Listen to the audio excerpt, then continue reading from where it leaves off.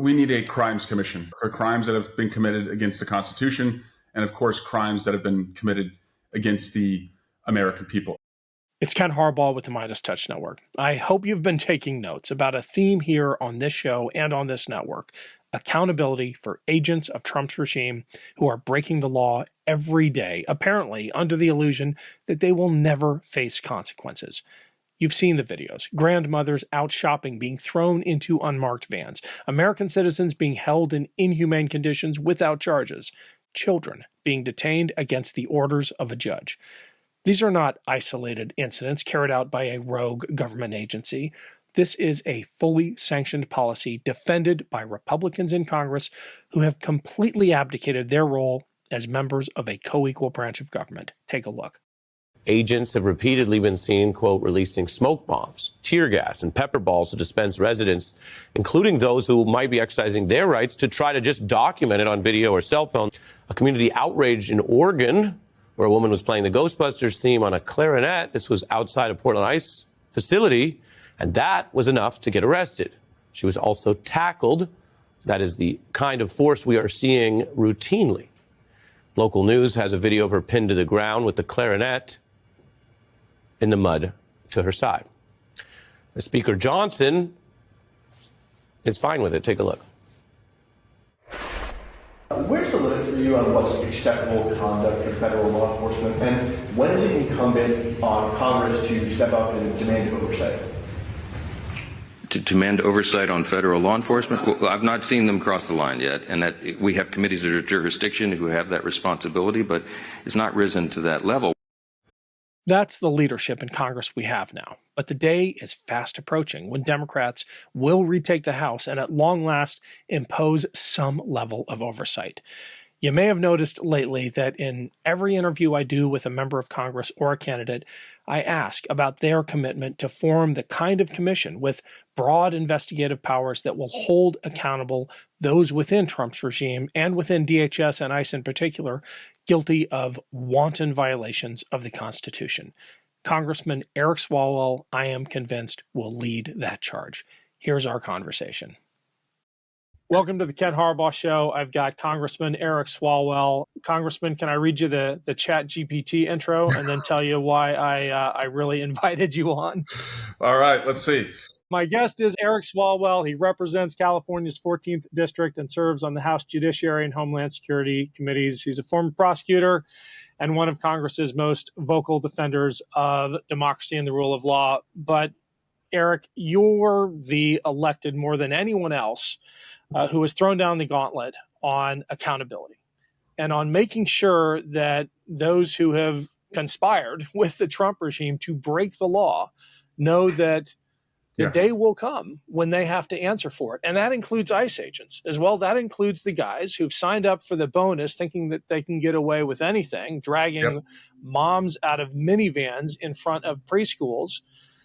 I think your messaging on this is just so vital in this moment, not only because rule of law matters, but it might be the only thing that deters. The masks are coming off, and exactly. Accountability is coming. And I say that especially for ICE agents. Ken, I'm a son of a cop, and I know law enforcement values. My brothers are cops. One of them married a cop. I was a prosecutor. So to me, it's even more offensive to see these guys, running around, breaking the law, faces covered, not identifying themselves, detaining and deporting U.S. citizens. And they do it right now because they don't think there's accountability. And one of two things is going through the heads of the leadership right now. It's either Democrats will never have the balls to hold us accountable, or that they don't see themselves leaving power. Now, that's dark. That really worries me that they have reached a level of corruption. They've crossed so many lines of the law that they have put themselves in a position where they can't leave power because they will be held accountable. That really worries me. But that's all the more reason for us, to fight to get the majority and start shining a light on the corruption. I'm glad you're saying that out loud because it really does illuminate the stakes and how high they are between now and 2026. And it's really the only way to explain some of the behaviors of Attorney General Bondi and Secretary Noem. I mean, the only explanation I can provide for the brazen disregard for the Constitution, for the law, Secretary Noem's recent video, clear violation of any number of statutes that she is asking to be played at airports, blaming Democrats for the shutdown, right?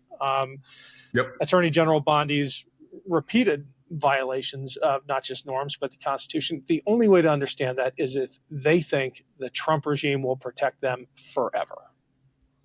And that's why, people like Lindsay Halligan, for example, she never tried a criminal case in her life.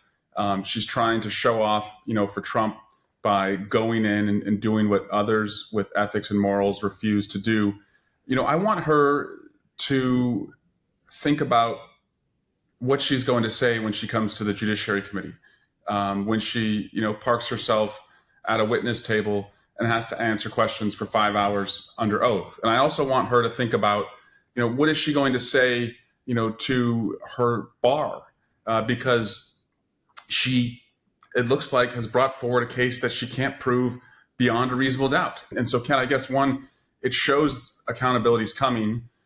Two, it shows people what the majority would look like, not just accountability, subpoena power, but also the power of the purse. And I think that's how you get the mask policy to be gone. Is you say, we're not going to fund a Homeland Security Department that is terrorizing people with these masks. Yeah.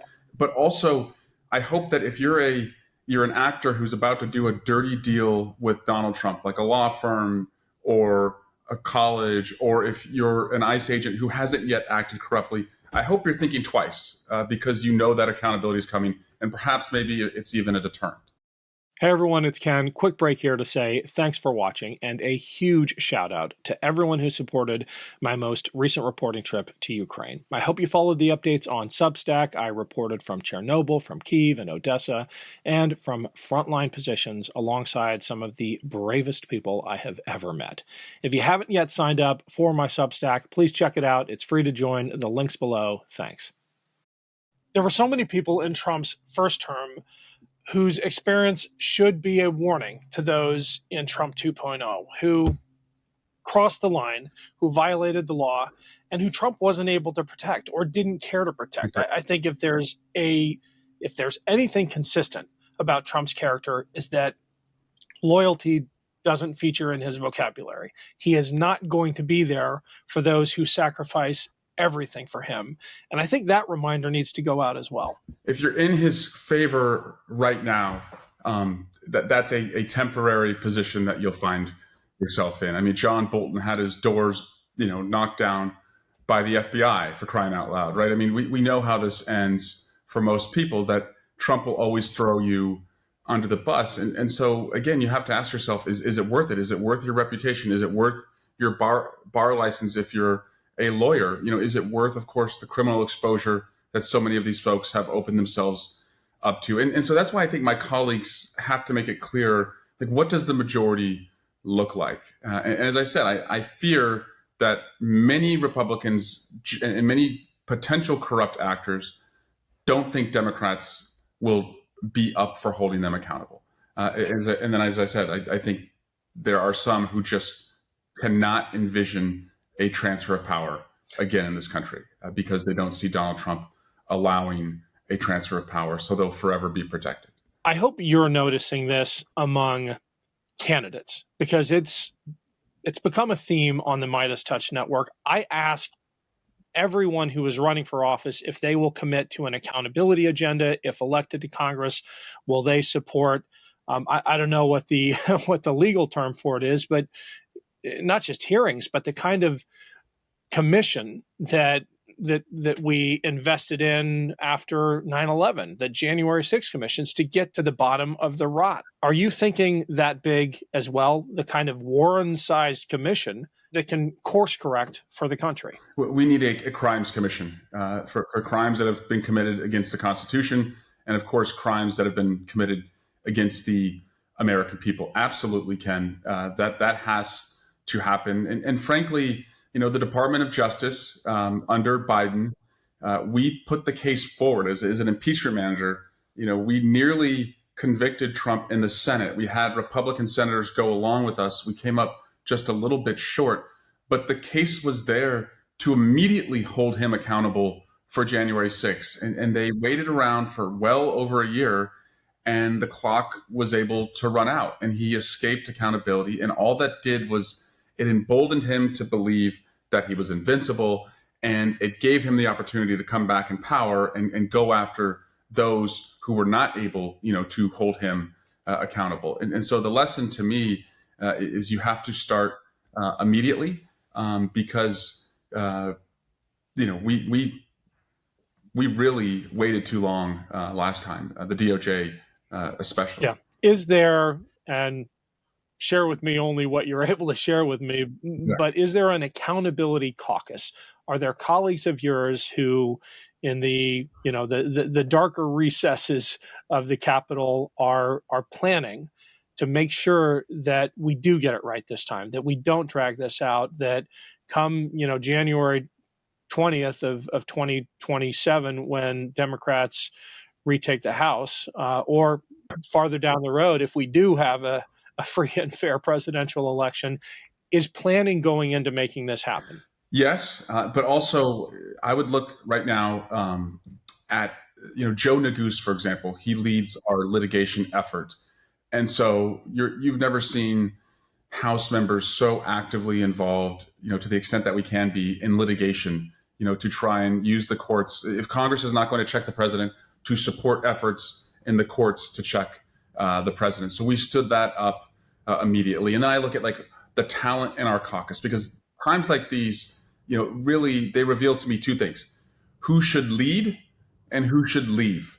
And I'm really inspired by people who have stepped up and have shown themselves to be leaders, right? So obviously, Jamie Raskin, who's leading the Judiciary Committee, and he stepped in, for a more senior member. He ran against a more senior member, said the hell with, the seniority system in our caucus. We need a leader right now. I was one of the first to support Jamie to do that, because I recognize the urgency of needing leadership like that. And then he helped stack the Judiciary Committee, where all of this is going to go through, with people like Jasmine Crockett and Dan Goldman and Jared Moskowitz, new members that he brought on to the committee, Sidney Kamlager-Dove. And he brought on a bunch of talent so that up and down the committee, you would see us, bring the heat every single day, to the witnesses that the Trump administration would bring before us. Last question. You just uttered the phrase, probably reflexively, if Congress won't hold the president accountable. I think we're in a period of American history where that has never been truer, where the Congress's total abdication of its Article I responsibilities and powers, it's complete. It's embarrassing. It's a humiliation of the institution. As part of that institution, someone who loves it and respects it, how do you think about that? How do you process that when looking at a Congress that has completely rolled over? The check by Congress is gone, right? So this table is sitting on three legs. The independent judiciary, it's wobbly, but many courts have ruled against this president. Many Trump appointee judges have ruled against this president. The press, also very wobbly, but there has been fiercely independent reporting against this president, on his corruption, on his cruelty, particularly around immigration and using the office to enrich himself. And then record turnout at every rally that's been held across the country since he was elected president. Town halls are full of people holding their members of Congress accountable. So those three legs can hold up democracy to get us to the midterms, so that we can put in place that check on the presidency through Congress, and then give us, as you alluded to, the best shot at a free and fair election in 2028. And so that's why I'm powerfully motivated to do all I can, to help us win the midterms, cut our time in hell by half, and give us a shot at winning the general in 2020. We are counting on it, Congressman. We'll see you. Thanks for all you're doing, man.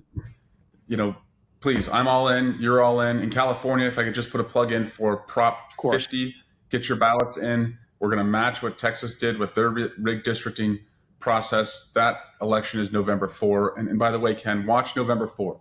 If we win Prop 50 in California, if we win the New Jersey, Virginia governor's races, and we retain the 3 Supreme Court justices in Pennsylvania, that's a sweep. That's momentum, baby. That's what it takes to go into the midterms with the wind at our back and our opponents demoralized. And so I'm fired up. Talk about rock star candidates in all of those races. Right. I mean, we have a bench that that parties. I don't think it's been matched in American history. Like the up and comers in the Democratic Party are going to define the future of this party and the country for decades to come. Congressman, thanks so much for joining us. All right, pal. Thank you.